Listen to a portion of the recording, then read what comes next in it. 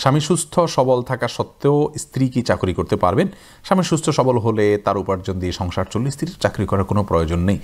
প্রয়োজন ছাড়া স্ত্রী চাকরি করার প্রয়োজন। এখন ইসলামের জীবন ব্যবস্থাটার দর্শন হলো পুরুষ বাহিরে কাজ করবেন, মেয়ে তানি ভিতরে কাজ করবেন।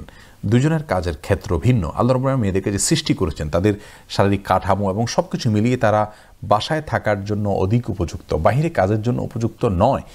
আমরা যারা আল্লাহ রাব্বুল আলামিনের এই সৃষ্টিগত, দেখুন আপনি প্রাকৃতিকভাবে একজন মায়ের গর্ভে বাচ্চা আসে, তাকে দুধদান করতে হয়, তার মাসিক হয়, এই যে বিষয়গুলো, বাচ্চা প্রসবের পরে দীর্ঘ একটা সময় তিনি অসুস্থ থাকেন, এই সবগুলো প্রমাণ করছে যে আল্লাহ রাব্বুল আলামিন তাকে সৃষ্টি করেছেন যেন বাসায় তিনি নিরিবিলি থাকতে পারেন। তার জন্য কর্মক্ষেত্রটা উপযোগী নয়। আল্লাহ রাব্বুল আলামিন সেভাবে তাকে সৃষ্টি করেননি।